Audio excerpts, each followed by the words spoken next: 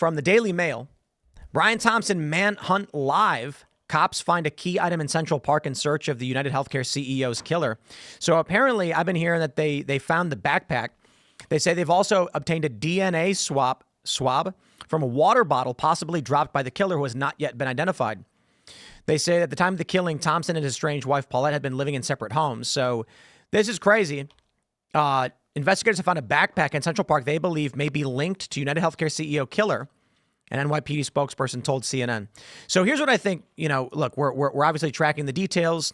A lot of speculation as to whether or not they're going to find this person. It sounds like from the corporate news, this guy may be the killer. And what they're saying is the reason why it's different clothing and it looks very different is that they think this is the guy prior to that day where he changed his clothes.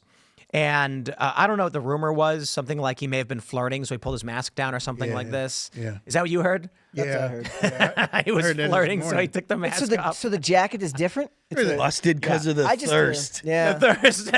I just assumed it was like different camera, different color temperature, and that's what I thought at first, but it's clearly a different jacket. Okay. When you look at the structure of the thickness, looks like Michael Fassbender in Assassin's Creed. When I heard the flirting, I was like, okay, you got Earl Flynn now. Yeah. I mean, is that but look, we were just talking about Daniel Penny, and these billionaires and these CEOs who are all back in the Democrats. You got the CEO who just got gunned down. You've got all of these leftists celebrating it and calling for more.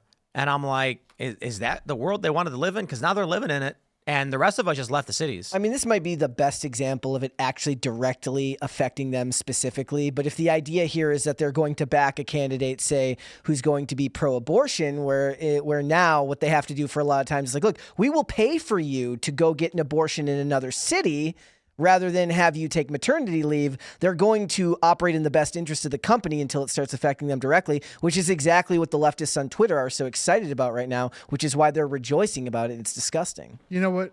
I was reading earlier this morning about CVS. CVS, because of this, they've started taking down the exact pictures and stuff from off the wall. Oh, yeah, that was crazy. I was like, wow. What was it? Taylor Lorenz posted the picture of the CEO of Blue Cross. Yeah, and then a bunch of these companies have taken down all the bios for their executive leadership. Yep. That is Taylor Lorenz's doing.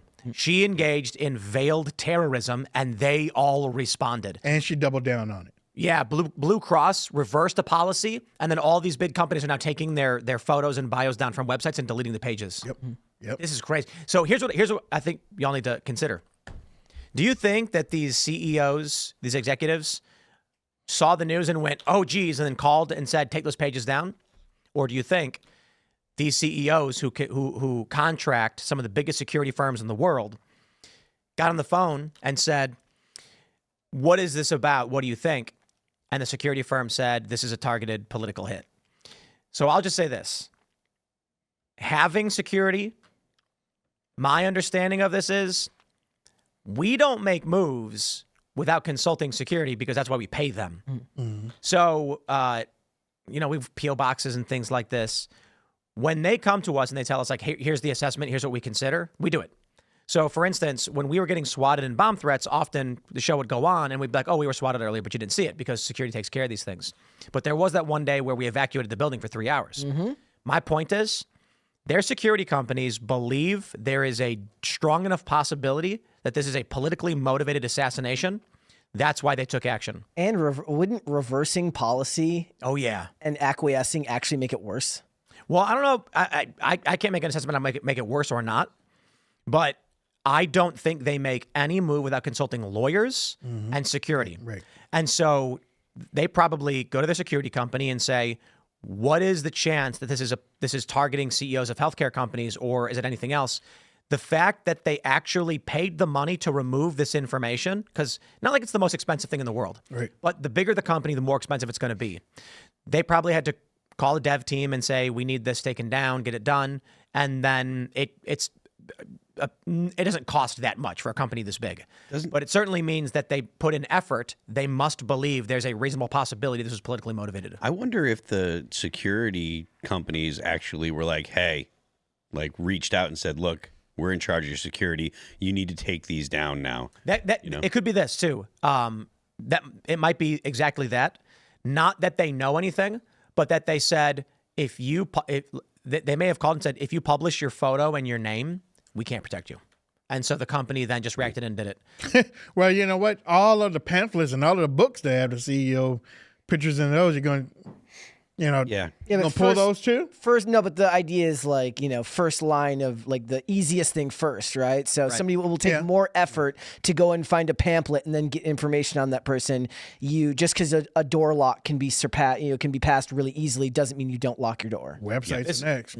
This I'll give you guys another example because I'm very pro 2A, and I've often said that look, if you want to carry a gun and we do an event, I don't care. If I don't want to do the event because I'm scared of guns, I won't do the event.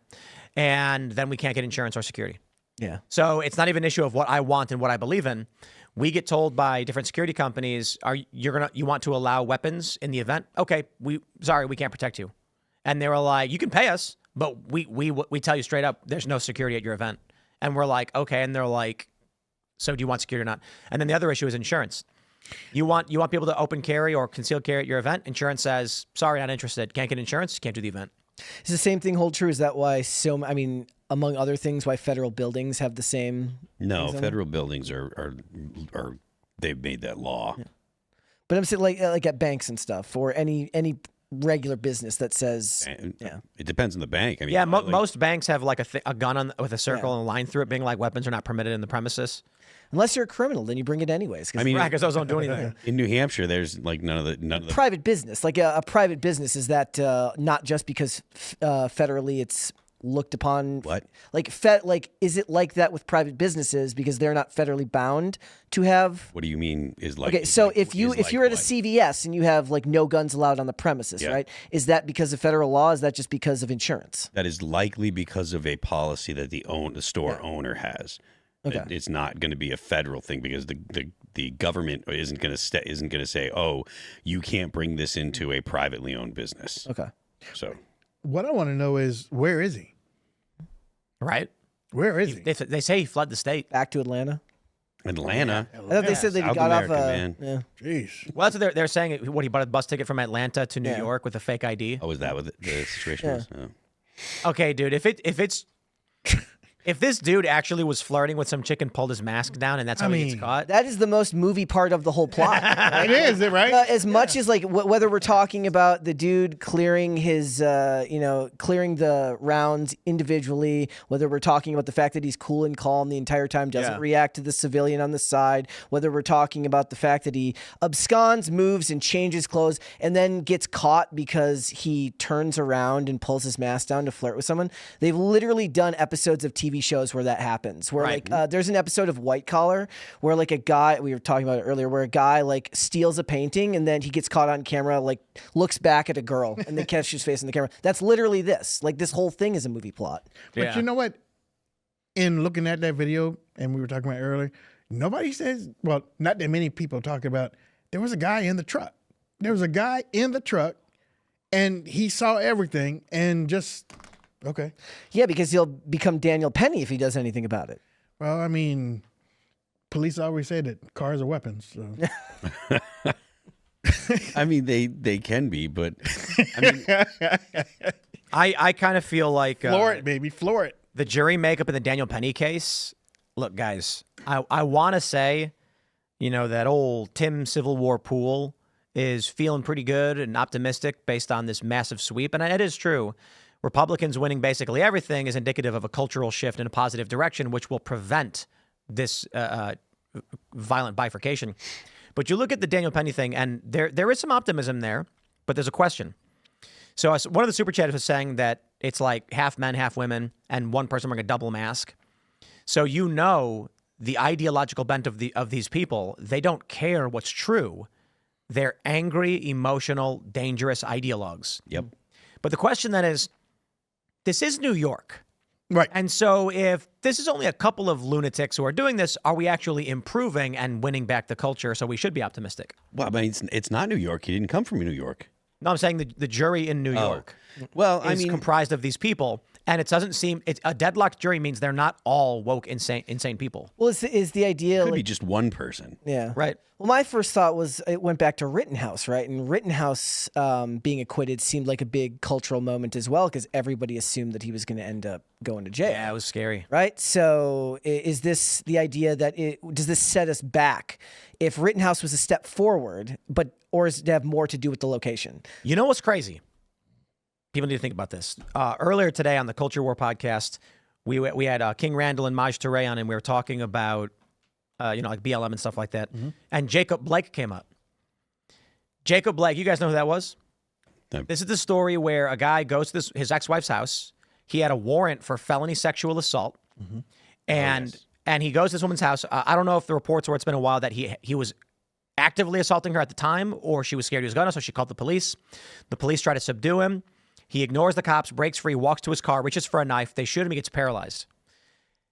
This is not a guy that anybody should be defending. He should be in jail. The NFL put Jacob Blake on their helmets, all these different teams. They deleted a lot of those posts. Yep. But here's the thing.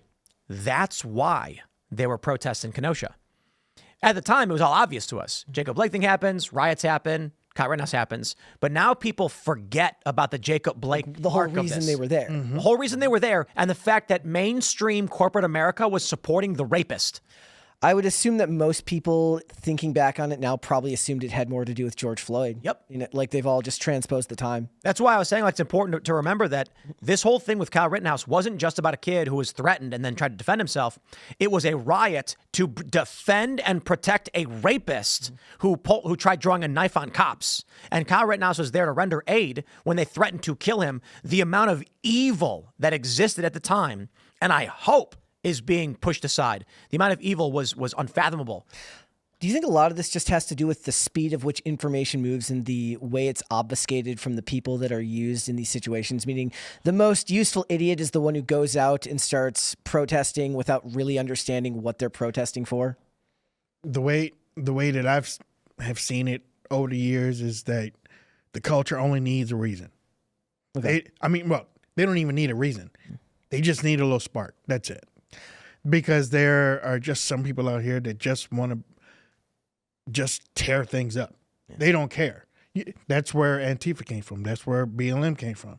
That's where, I sort of Occupy Wall Street, his grandfather, grandmother, whatnot. But they just need a reason. And then it goes poof. And they don't care. And they won't stop until, until they get paid or whatnot, but you know what I'm saying? They won't stop. That's one of the things that we talk about frequently here is the left needs people that are unhappy, right? Because well-adjusted, happy people that are pleased with their lives or feel like they have something that they're working for in their lives, working towards in their lives, they don't engage in revolutionary activity. So it doesn't matter if it's a good reason. Just like you said, all they need is just some reason, some excuse, and there are sufficient people that are unhappy where you can get them riled up and say, okay, now it's time to just break stuff. And it doesn't have to have a target that makes sense. And it can just be, I'm mad at society, so let's burn things down. Yep. Well, also there's two layers to that now because, yes, the most violent of them may go out into the streets and perform these acts. But then you also get the further uninformed people that will just do it on social media, which boosts the post there. That's easy. I'm saying, but it makes it even easier to reach more people who are unhappy, and it all sparks from there. Palmer Luckey just tweeted He tweeted this out a few minutes ago. It's a really good point. He says, I hope the NYC assassination gives certain people a hint as to why concern about mass reporting the location of specific private jets is in fact reasonable rather than hysterical. When there's that guy who's posting Taylor Swift's jet and Elon Musk's. Yeah. People don't understand that these jets land at airports with zero security. So like the airport in Maryland, it's that Ye flew in and out of. It's a 4-foot high chain link fence with a gate you can pop open and walk in. Mm-hmm. And if people are saying like, here's where they are, this is the kind of stuff that could happen. So, but that's the sweet spot of where these people like to be, right? Which is rich people, the haves and the have-nots. And even if the idea is that it's something as stupid as climate change that they're supposedly watchdogging for, that can be piggybacked by people with much worse intentions than just yelling at Taylor Swift on the internet. just yelling at Taylor Swift.